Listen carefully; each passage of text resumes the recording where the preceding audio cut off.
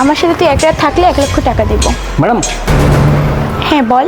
মানে ম্যাডাম আমার মনে হয় একটু আগে আপনি কি যেন বললেন আমাকে। ও আচ্ছা, কি বললাম শুনতে পাসনি? আমি আবার বলছি তাহলে। আমি বললাম তুই যদি আমার সাথে একটা রাত কাটাস তাহলে আমি তোকে 1,00,000 টাকা দিব। তোবা আস্তাগফিরুল্লাহ। ম্যাডাম আপনি সব কি বলতেছেন? আপনার কি কোনো ভদ্রতা নাই? আরে আজব তো, এখানে ভদ্রতার কি আছে? আমি তোকে বললাম তুই আমার সাথে এক রাত কাটালে আমি তোকে 1,00,000 টাকা দিব। সি ম্যাডাম, আপনি এই সমস্ত বাজে কথা কিভাবে মুখ দিয়ে বের করতেছেন? আপনার কি লজ্জা শরম নেই? আপনার কি লজ্জা শরম বোধ কাজ করতেছে না? আরে আজব তো, এখানে লজ্জা শরমের কি আছে? তুই ভেবে দেখ, আমার সাথে এক রাত কাটালে তুই 1,00,000 টাকা পাবি। তাছাড়াও ভেবে দেখ, তুই এখানে চাকরি করে কয় টাকার বেতন পাস? 10,000 কি 15,000, এর বেশি তো না। আর আমার সাথে এক রাত কাটালে তুই 1,00,000 টাকা পাচ্ছিস। ম্যাডাম আমি ভাবতে পারতেছি না আপনি এই ধরনের বাজে প্রস্তাব মানে কিভাবে কেন আমাকে দিচ্ছেন। ম্যাডাম আপনি হয়তো বা ভুলেই যাচ্ছেন আপনি একজন বিবাহিত মেয়ে। তাছাড়া স্যার কত বড় একটা কোম্পানির মালিক, আর সব থেকে বড় কথা স্যার যদি কোনোভাবে জানতে পারে আপনার এই নোংরা প্রস্তাবে আমি রাজি হয়েছি, আপনার সাথে নোংরামো করছি, তাহলে তো স্যার আমাকে চাকরি থেকে বের করে দিবে। হ্যাঁ, আমি ভুলে যাইনি যে আমি একজন বিবাহিত, আর আমি সুস্থ স্বাভাবিক জ্ঞানেই তোকে বলেছি।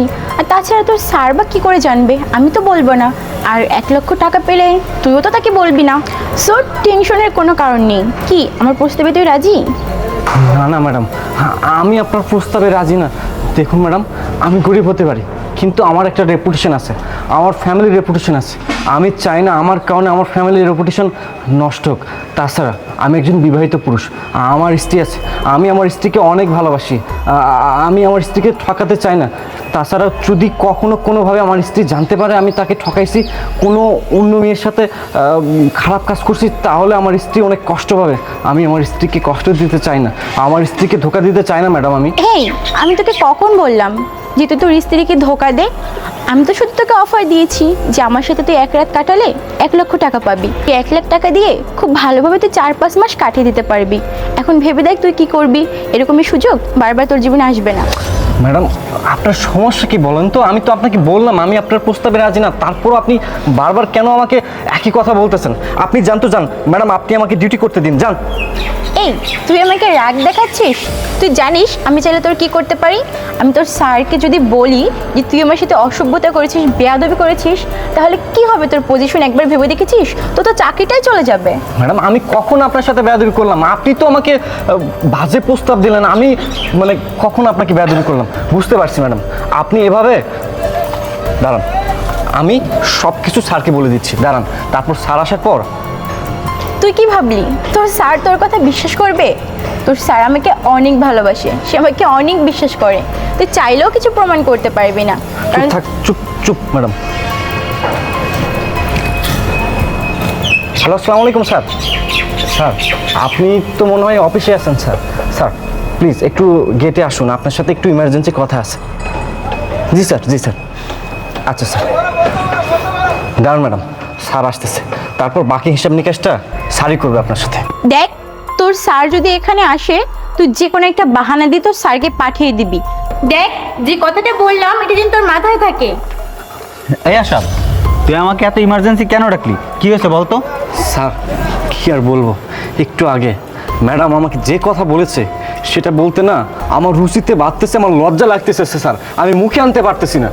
এই তুমিও কেমন কি বলছো? জোর রুচিতে পারতেছে বলতে লজ্জা লাগতেছে?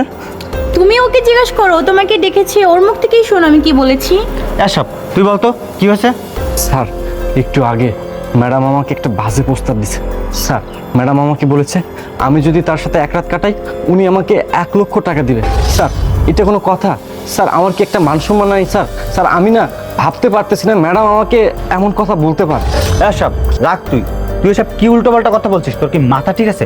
আমার স্ত্রীকে আমি যথেষ্ট পরিমাণ চিনি, ওর প্রতি আমার বিশ্বাস আস্থা আছে, ও এই ধরনের কথা বলতেই পারে। জান্নাত চলো তো ভিতরে যাই। স্যার দাঁড়ান, স্যার আমি আপনাদের অফিসে আর চাকরি করতে চাই না স্যার। ম্যাডাম একটু আগে আমাকে যে প্রস্তাব দিয়েছিল সেই প্রস্তাবে রাজি হয়নি বলে উনি আমাকে হুমকি দিয়েছেন। উনি আমাকে বলেছেন যে আমি তোর চাকরি খেয়ে ফেলবো। স্যার আমি যদি আপনাদের অফিসে চাকরি কন্টিনিউ করি 2 দিন পর উনি আমার চরিত্র নিয়ে বিভিন্ন অপবাদ দেবে। স্যার সেই সুযোগ আমি ম্যাডামকে দিতে চাই না। স্যার আমি চাকরি গেলে চাকরি পাবো, কিন্তু আমার মান সম্মান চলে গেলে আমি আমার মান সম্মান ফেরত পাবো না। আমি গরিব হতে পারি স্যার, আমার মান সম্মানের ভয় আছে। স্যার আমি চলে যাচ্ছি। আজকের পর থেকে আমি আর আপনাদের অফিসে চাকরি করতেছি না স্যার। স্যার ভালো থাকবেন, আসসালামু আলাইকুম। এই দাঁড়া আশরাফ, শোন, তোর ম্যাডাম এতক্ষণ তোকে যা যা বলেছে আমি সব কিছুই জানতাম। জানতাম মানে স্যার আপনি কি বলতেছেন এসব? আমার শেখানো কথাগুলোই তোর ম্যাডাম তোকে বলছে। এখন তোর মনে প্রশ্ন জাগতে পারে যে এগুলো তোর সাথে কেন করছে। এটা ছিল তোর জন্য ছোট্ট একটা পরীক্ষা। পরীক্ষা মানে স্যার? হ্যাঁ, পরীক্ষা। কারণ তুই ভালো করেই জানিস যে আমাদের অফিসে ম্যাক্সিমাম সব মেয়ে ওয়ার্কার। তুমি দাঁড়াও, আমি ওকে বুঝিয়ে বলছি। আসলে আশরাফ, তুমি তো ভালো করেই জানো যে আমাদের অফিসে সব মেয়ে ওয়ার্কারই বেশি। অনেক মেয়ে এখানে কাজ করে, আর তাদের সব ভালো মন্দের বিচার আমাদেরকেই করতে হয়। আমরা চাই না যে আমাদের দারোয়ানের জন্য বা আমাদের কোনো একটা মানুষের জন্য তারা হেনস্থা হোক, তাদের হ্যারাস হতে হয়, এমন কোনো কিছু আমরা চাইবো না। তাই আমরা তোমার পরীক্ষা নিচ্ছিলাম যাতে খুব ভালো একটা সৎ মানুষ আমাদের এখানে কাজ করুক এবং আমাদের মেয়েরাও তার জন্য নিরাপদে থাকুক, নিরাপদে সে রাখবে আমাদের মেয়েদেরকে, এটাই আমরা চাচ্ছিলাম। তাই তোমার একটা পরীক্ষা নিয়েছি মাত্র। আর তাছাড়া আমাদের প্রত্যেকটা ওয়ার্কারকে আমরা এভাবেই পরীক্ষা করি, আর আমাদের পরীক্ষায় তুমি পাশ করেছো। ও আচ্ছা, বুঝতে পারছি এই বিষয়ে। আসলে ম্যাডাম সত্যি কথা বলতে আপনি যখন ওই কথাগুলো আমাকে বলছিলেন না, আমি তো ভয় পেয়ে গিয়েছিলাম, আমি অনেক ঘাবড়ে গিয়েছিলাম। এবার আসল ব্যাপারটা আমি বুঝতে পারছি। ম্যাডাম আপনারা যে আমার প্রতি আস্থা রেখেছেন, বিশ্বাস রেখেছেন, আমি কথা দিচ্ছি আমি আমার আস্থার বিশ্বাসের প্রতিদান প্রতিনিয়ত দিয়ে যাবো, এবং আমার দ্বারাই এই কোম্পানির কোনো সুনাম ক্ষুণ্ণ হোক এমন কাজ আমি কখনো করবো না ম্যাডাম। স্যার তাহলে আপনারা যান। আচ্ছা ঠিক আছে আশরাফ, তুই থাক, গেটে খেয়াল রাখিস, ঠিক আছে? আচ্ছা ঠিক আছে। আচ্ছা থাকো।